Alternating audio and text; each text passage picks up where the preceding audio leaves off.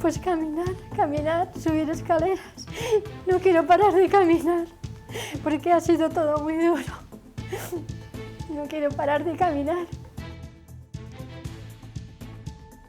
Es Mercedes, ya la han oído. Quiere andar, no parar, recuperarse y dejar atrás toda la pesadilla que ha vivido por el coronavirus.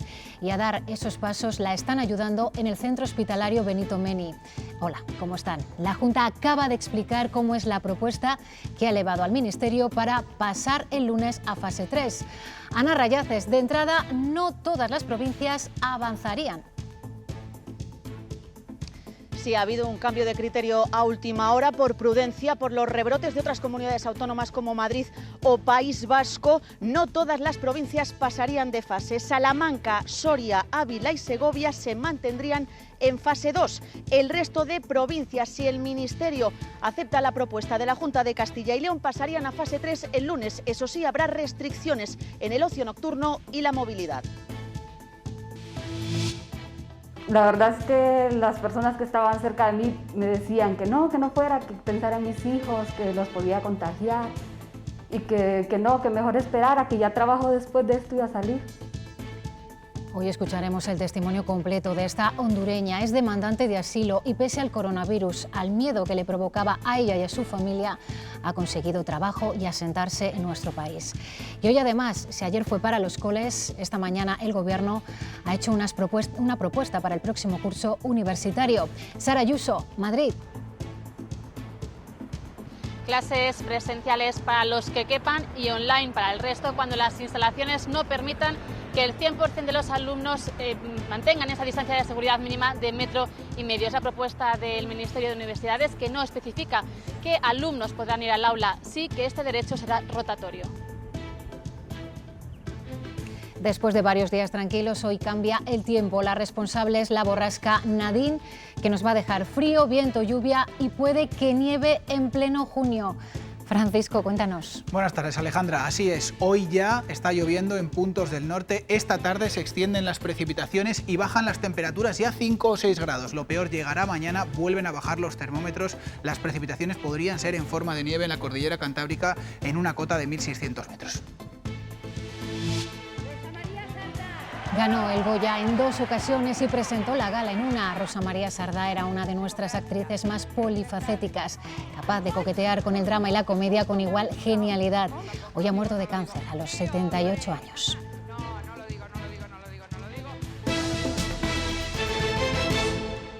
Es la noticia a estas horas. La Junta de Castilla y León plantea 2 velocidades de avance en la desescalada en la comunidad a partir del lunes. La consejera ha detallado hoy las restricciones de la propuesta que ha trasladado ya al Ministerio. Plantea que Ávila, Segovia, Salamanca y Soria sigan una semana más en fase 2. Ana Rayaces, ¿por qué esta propuesta? Pues por prudencia, porque los datos epidemiológicos de estas 4 provincias son muy justos y porque los rebrotes de otras comunidades autónomas como Madrid y País Vasco han hecho reflexionar y cambiar de idea a la Junta de Castilla y León. Recordemos que hace unos días la Junta proponía pasar a fase 3 toda Castilla y León. No es un castigo, ha dicho la consejera de Sanidad, es una medida de seguridad. Pero atención, porque también habrá restricciones para aquellas provincias que pasen a fase 3. Si el Ministerio acepta la propuesta de la Consejería, se restringe el ocio nocturno, no abrirán las discotecas y tampoco podremos viajar entre provincias dentro de Castilla y León. El aumento de casos en Madrid en los últimos días, el rebrote del País Vasco y también los datos propios modifican la propuesta de Castilla y León. La Junta prefiere mantener en fase 2 a Ávila, Segovia, Salamanca y Soria, provincias más cercanas a Madrid, y proponer la fase 3 para León, Palencia, Valladolid, Burgos y Zamora. Tras el análisis de los datos, creemos que tenemos que seguir el principio que siempre hemos seguido, que es el de la prudencia. A la espera de lo que decida el Ministerio, el paso a la fase 3 también tendría restricciones en el ocio y no se abre la movilidad. Seguirá circunscrita a la provincia, se esté en una fase u otra. Dice la Junta que esto no es ningún freno y que la comunidad va más rápida que otras. La velocidad que nos importa es la velocidad de disminución de la incidencia acumulada. Nosotros éramos los primeros y, como ha dicho ahora la consejera, ahora somos los 9º. Esa es la velocidad que nos importa. pero insiste en pedir ayuda a los ayuntamientos.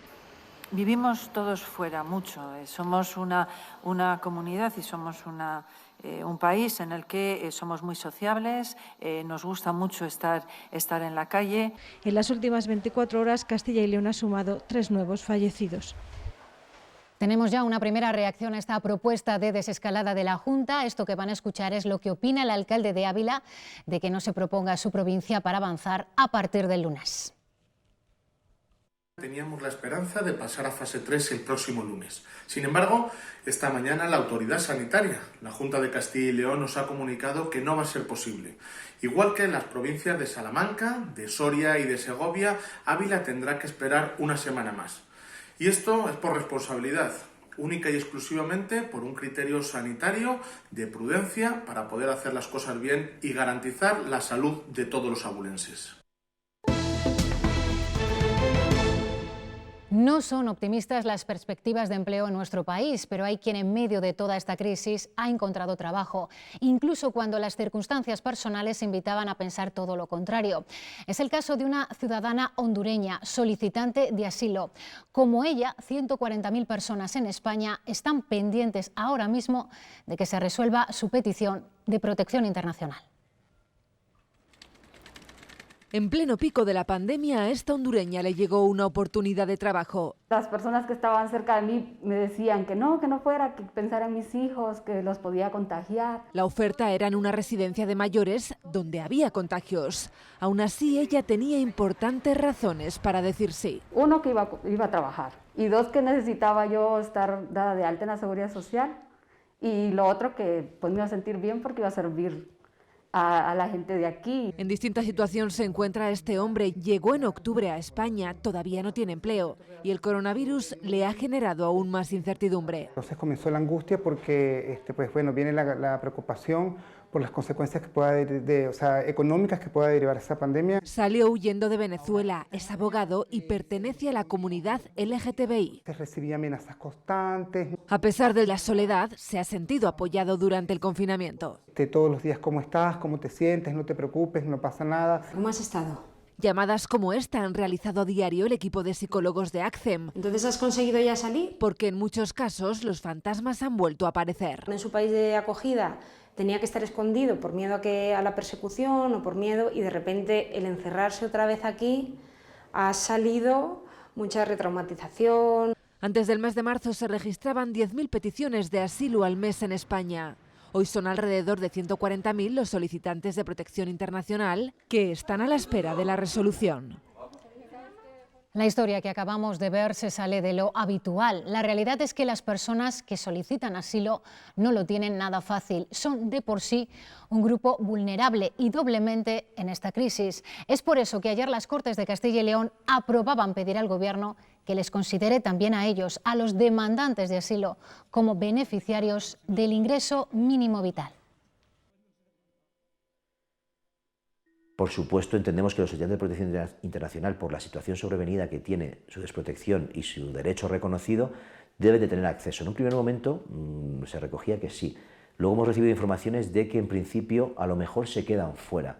Creemos que, incluso a nivel legal, no sabemos si es legal que esta gente se pueda quedar fuera. Los casi 3 meses de estado de alarma han tenido consecuencias nefastas para las economías de las familias más vulnerables de Castilla y León. Desde Cáritas estiman que hoy por hoy han atendido a más de 35.000 familias solo en acogida. Por provincia señalan que las más afectadas son, curiosamente, las más industrializadas, como Valladolid y Burgos, junto a las menos, como Zamora y Soria.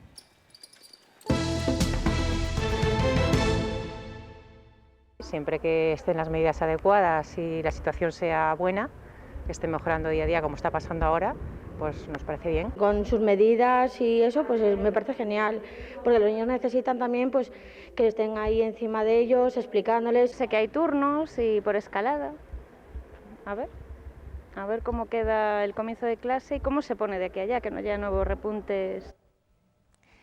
Quieren que sus niños vuelvan al cole con medidas de protección, pero que vuelvan. Hoy en Ponferrada estos padres han recogido el material que sus hijos dejaron en los centros allá por el mes de marzo, cuando nada hacía pensar que no volverían a pisar las aulas.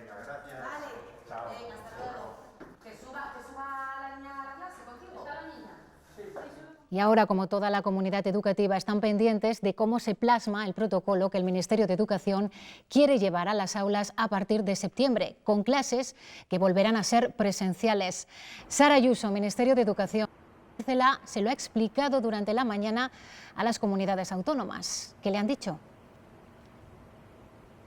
¿Qué tal? Buenas tardes. Todas las comunidades autónomas, a excepción de Madrid y País Vasco, han respaldado y se han adherido a la propuesta del Ministerio de Educación. 14 puntos que, entre otros, establecen que la educación presencial será prioritaria, que la duración del curso será similar a la de años anteriores y que los centros deberán preparar planes de contingencia ante posibles eventualidades. La ministra de Educación ha señalado que el aprendizaje online no sustituye al presencial ni a la interacción social que este supone, y ha recordado el anuncio que hacía el presidente del Gobierno este fin de semana, un fondo sin retorno de 2.000 millones de euros para que las comunidades autónomas lo destinen a servicios educativos.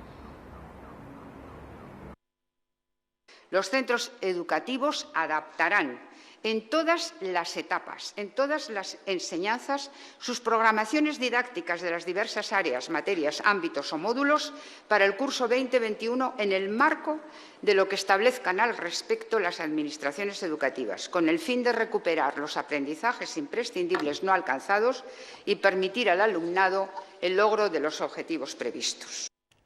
Para aclarar lo que puede suponer el protocolo de seguridad en los coles, nos hemos ido a uno. Queremos ver cómo de viable es ahora mismo que los niños coman, por ejemplo, en las aulas o que se reduzcan los grupos. Nos preguntamos también qué va a pasar con los recreos. Nos lo cuentan desde Salamanca. En el Colegio Salesiano San José, ubicado en el barrio de Pizarrales, en la capital salmantina, ya se han puesto manos a la obra para adaptarse al nuevo protocolo de cara al próximo curso. En primaria organizarán las aulas como marca el Ministerio, por grupos de 20 alumnos. Pero en el caso de la ESO, la situación se complica. Esta clase, que tiene poco más de 45 metros cuadrados, podría tener 30 alumnos. El año pasado tuvimos 29.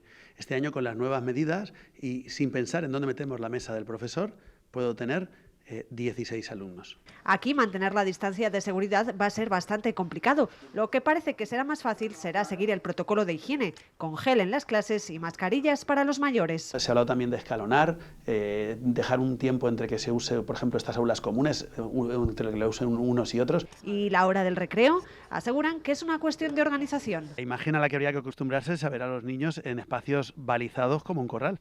En este centro educativo cuentan con la ventaja de albergar grandes instalaciones como el pabellón deportivo, pero eso no significa que se puedan utilizar para dar clase. Aquí hay mucho espacio, pero el problema lo tenemos en la sonoridad.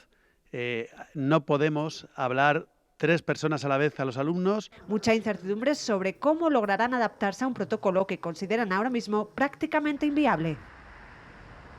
Mientras las comunidades asimilan la propuesta del Ministerio de Educación, ha habido otro ministro que en las últimas horas se ha pronunciado, ha sido el ministro de Universidades, que ha hecho su planteamiento de cómo debe ser la vuelta a los campus a partir de septiembre. Sara Ayuso, volvemos contigo. ¿Qué es lo que ha dicho el ministro Castells? La propuesta del Ministerio de Universidades pasa por alternar las clases presenciales y online cuando no se pueda garantizar que todos los alumnos mantengan una distancia de seguridad mínima de 1,5 metros. Las clases presenciales serían rotatorias y el resto de los alumnos podrían seguir esas mismas clases de forma online. Universidades descarta desdoblar las clases en grupos más pequeños porque eso implicaría una sobrecarga insoportable para el cuerpo docente. Caminar sola, levantarme sola de la cama, caminar y que no ver el camino atrás, ser la misma de siempre, por favor. Es el testimonio vitalista, agradecido y conmovedor de Mercedes. Ha superado el coronavirus y ahora pelea para recuperarse totalmente, para dejar atrás las secuelas que le impiden andar. En el centro hospitalario Benito Meni la están ayudando a dar esos pasos, a ponerse de nuevo en pie. Es la primera vez que Mercedes se pone sola las zapatillas y lo hace ante nuestras cámaras.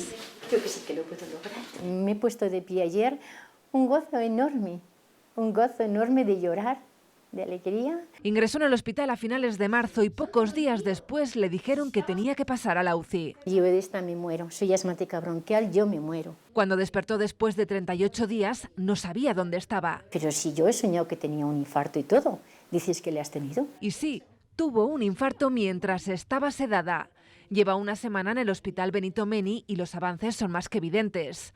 Ya piensa en lo que hará cuando le den el alta. Ya no me mareo ni nada. Caminar, agacharme, poder cocinar, poder valerme por mí misma es lo máximo. Anímicamente llegan con una sensación de duelo y de pérdida, no saben muy bien qué ha ocurrido, una tristeza enorme y un terror enorme. Era la 118. Juan Carlos estuvo 20 días en la UCI. Entras aquí y entras imposibilitado y lo primero que piensas, dices, no valgo para nada. Yo me recorría. Pero tras un mes de rehabilitación, hoy recorre los pasillos que vio por primera vez cuando apenas podía moverse. El fisio me mandaba a hacer los ejercicios, si él me hacía 10 o 15, yo hacía 50. Hace 5 días que se fue a su casa y así la recibieron sus familiares y vecinos a los que estuvo más de 2 meses sin ver. Ahora disfruta del camino porque, como nos cuenta, por delante le espera una segunda vida.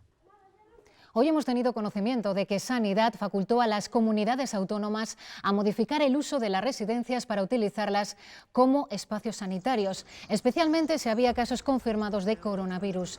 Así consta en una orden publicada en el Boletín Oficial del Estado del 24 de marzo, tal y como hoy recoge El Confidencial. Antes, en una orden del 15 de marzo, permitía a las autonomías habilitar espacios de uso sanitario en locales públicos y privados que reunieran las condiciones. 4 días después, también instaba a hacer la prueba a quienes presentasen síntomas de infección respiratoria y activar el procedimiento si se cumplían los criterios de derivación. La Junta de Castilla y León ha confirmado un caso de fiebre hemorrágica de Crimea-Congo en Salamanca. Se trata de un hombre que sufrió la picadura de una garrapata en una zona de pinares de la provincia salmantina. El proceso le provocó fiebre elevada, por lo que acudió a su médico. Ahora permanece ingresado en el hospital con las medidas de aislamiento previstas. Su estado es estable dentro de la gravedad.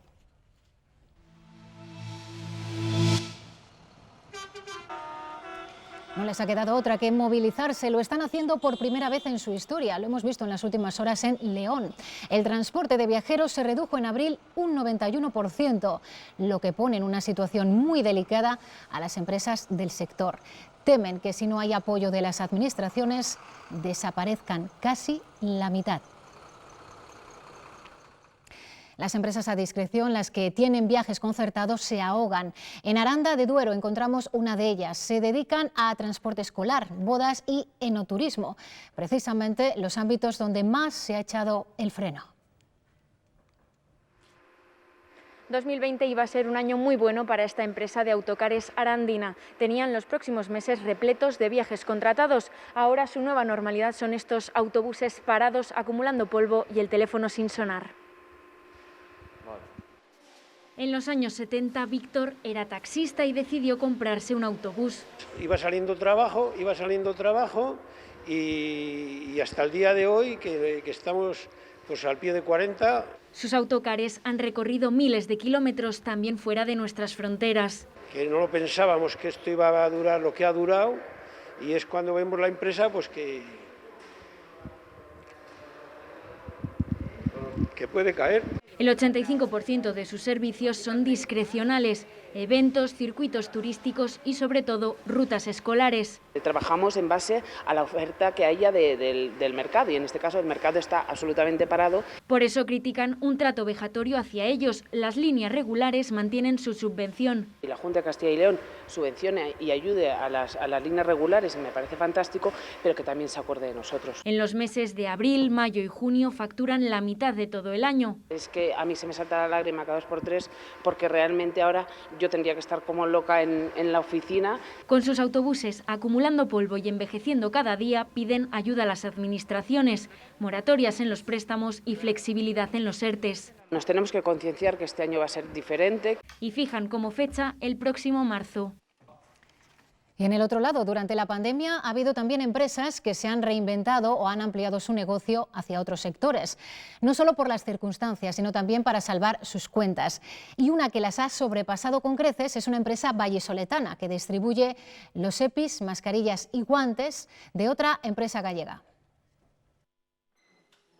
En esta empresa no solo no han parado durante la pandemia, sino que han aprovechado esa circunstancia. Ha sido, pues bueno, duplicar la facturación anual. El año pasado hicimos 1.100.000 euros y este año a 30 de mayo hemos terminado con 2.250.000.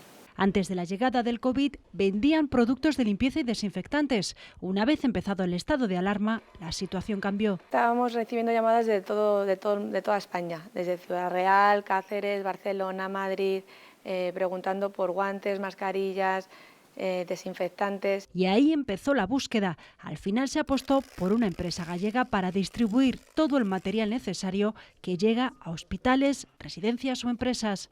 Con esta mascarilla, el filtro, que se asemeja ya a una tipo 2R, o sea, una protección de un 98% de entrada y de salida, solamente tiramos esto cada 24 horas, o sea, que de uso. De esta manera se contribuye además a respetar el medio ambiente.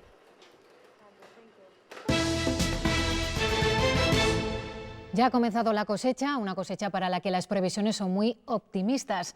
El tiempo se ha portado y hoy los trabajos han arrancado con entusiasmo. Hemos estado en La Moraña, en la provincia de Ávila. Las altas temperaturas registradas las últimas semanas ha provocado que muchos agricultores adelanten la cosecha en sus parcelas. Este año la primavera ha sido especialmente lluviosa, lo que conlleva que se haya aumentado la producción notablemente. Eso sí, los trabajadores del campo siguen pidiendo se regulen los precios. En la comarca de La Moraña, Raúl lleva cuidando y trabajando las tierras familiares desde que era pequeño. Este año se ha subido a la cosechadora antes de tiempo. Las altas temperaturas de los últimos días han secado sus cultivos de cebada y trigo y augura una muy buena producción. Dicho por palabras de los más mayores, nunca se había visto una primavera como ha venido este año y hay una muy buena cosecha.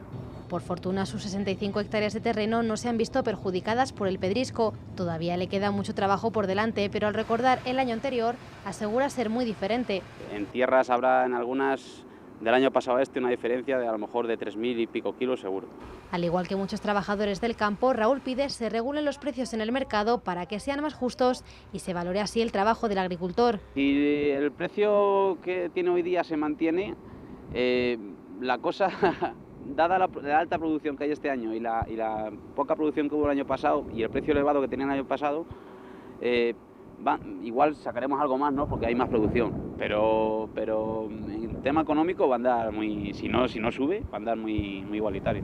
Ahora espera que ninguna incidencia meteorológica estropee el trabajo realizado. Y la fase 2 en la que nos encontramos permite ya movernos dentro de la provincia y por eso estos días los seteros salen al monte en busca de setas, tratan de aprovechar la campaña de primavera. Nos vamos a Soria.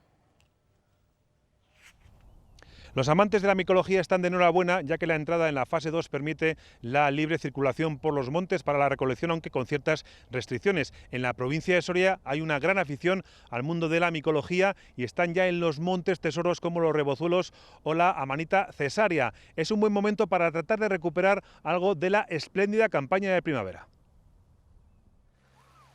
Los hongos y las setas se suelen identificar con el otoño, sin embargo la producción de primavera es más que destacada en algunas comarcas y la temporada viene tan buena como la presente. Sí que es un poco la primavera una temporada para más especialistas o más conocedores de otras especies no tan habituales y a lo mejor en un año normal la primavera pues sí que está en torno a las 3.000, 3.500 permisos. Ahora mismo hay producción de boletus, hay producción de rúsulas comestibles e incluso rebozuelos está empezando a haber ya o ha habido en algunas zonas y bueno, las amanitas cesáreas están ahí ya también esperándonos para que dentro de 4 días podamos cogerlas. La crisis del COVID-19 ha hecho que este año las licencias se reduzcan a la mitad.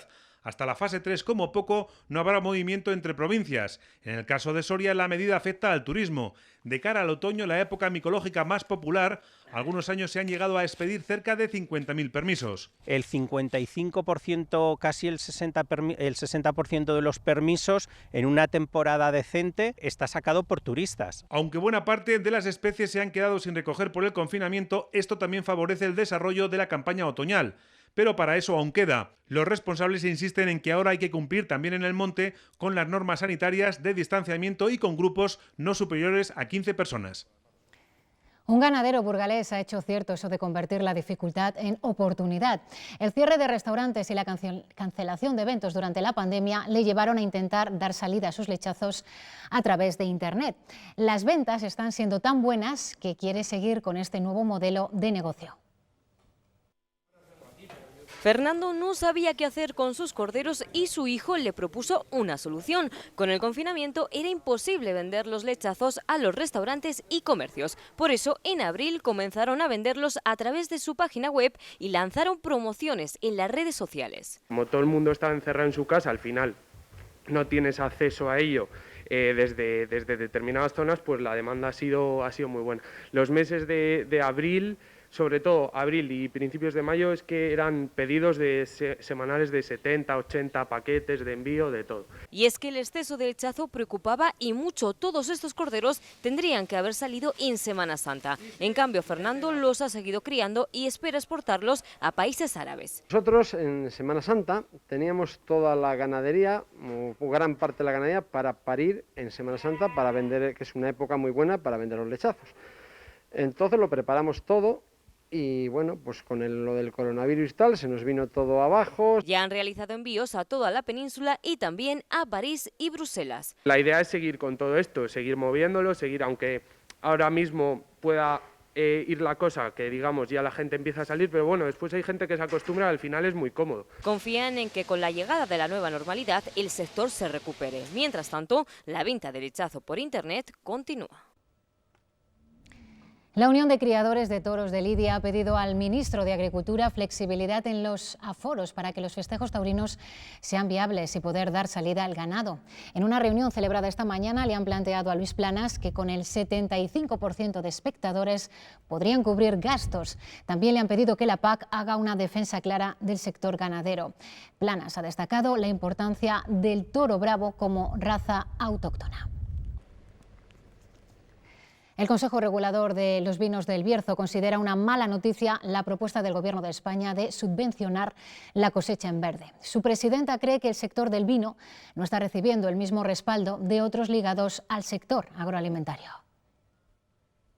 Es muy mala noticia. Tengamos en cuenta que yo creo que España es el país más perjudicado de la Unión Europea en cuanto a las ayudas. Francia tiene el doble que nosotros justamente y, en fin, hemos salido muy perjudicados frente a, por ejemplo, el sector olivarero, que se ha conseguido una ayuda especial muy interesante y al sector del vino lo han dejado fuera. Nuestro compañero Francisco nos ponía sobre aviso al comienzo del informativo. Tenemos prácticamente encima la borrasca Nadine. Que le hayan dado nombre ya no es buena señal. Y Francisco, ¿qué nos espera? Porque hasta nieve a las puertas del verano, como quien dice. Hola otra vez, Alejandra. Esta borrasca va a llegar desde el norte, desde el Reino Unido, se profundiza, eso quiere decir que la presión que hay en su interior va a bajar más todavía, lo peor va a llegar mañana y es que nos va a dejar algunos datos de pleno invierno. Vamos a repasarlos. Es que las temperaturas que ayer superaron los 25 grados en algunas zonas, mañana se van a quedar por debajo de los 20, en León capital por debajo incluso de los 15. Además tendremos lluvias, tormentas, nieve en montaña, baja la cota hasta los 1.600 metros y otro gran protagonista va a ser también el viento, con avisos de la Agencia Estatal de Meteorología, rachas de más de 80 km por hora. Yo tuve a mi hija el día 23 de julio de 1971, por la noche, y toda la noche estuvo conmigo, hasta el día siguiente sobre las 4 de la tarde, que subió una enfermera a curarme y me dijo, vio a la niña y me dijo que parecía que tenía una flema la niña y que se la bajaba a la incubadora. A cuestión de media hora o una hora, no me acuerdo exactamente, subió el doctor Vela y una enfermera y me dijo que la niña había muerto. Acaban de escuchar a Fuencisla y el relato de su terrible historia, del drama de los bebés robados. Estábamos esperando que el Supremo se pronunciara sobre el doctor Vela, ayer se lo contábamos, en concreto sobre el único juicio al que se enfrentó a raíz de la denuncia de Inés Madrigal. Y lo que ha dicho hoy el Supremo ha caído sobre Fuencisla y sobre cientos de familias más como un jarro de agua fría. Hay que recordar que la Audiencia de Madrid reconoció a Inés Madrigal como bebé robada, pero absolvió por prescripción al único acusado, al doctor Eduardo Vela. El Supremo ratifica la sentencia que absolvía a Vela de un delito de retención ilegal, pero sí cree probado el delito de falsedad documental. La sentencia no se pronuncia sobre el fondo de la impugnación de la prescripción de los delitos realizada por la Fiscalía y también la acusación de la propia Inés Madrigal, debido a que el fallecimiento del acusado hace procesalmente improcedente el resolver sobre esta cuestión. Esta es la principal preocupación de los afectados. Ayer mismo falleció otro ginecólogo acusado en un caso de bebés robados que se sigue en los juzgados de Madrid. Hay que recordar que en 2012 la Fiscalía abrió expedientes de más de 70 denuncias de bebés robados solo en Castilla y León. La llamada tasa Tobin continúa su tramitación en el Congreso de los Diputados, donde la mayoría de la Cámara rechaza 3 enmiendas a la totalidad que habían presentado PP, Ciudadanos y Vox. La ministra de Hacienda ha defendido este impuesto que grava las transacciones financieras, es decir, la compra de acciones españolas que se haga por operadores del sector financiero, no que hagan los pequeños inversores. Ciudadanos pide esperar a que se haga a nivel europeo, mientras que Partido Popular y Vox dicen que va a perjudicar a las familias. Esta fiscalidad no va a gravar a los ahorradores. Yo diría que la derecha y la extrema derecha lo que están haciendo realmente es enmendar a la totalidad la existencia misma de un sistema tributario. Es otro sablazo fiscal a la clase media española. Que lo razonable sería que ustedes se hubiesen replanteado cualquier subida de impuestos, las hubiesen congelado.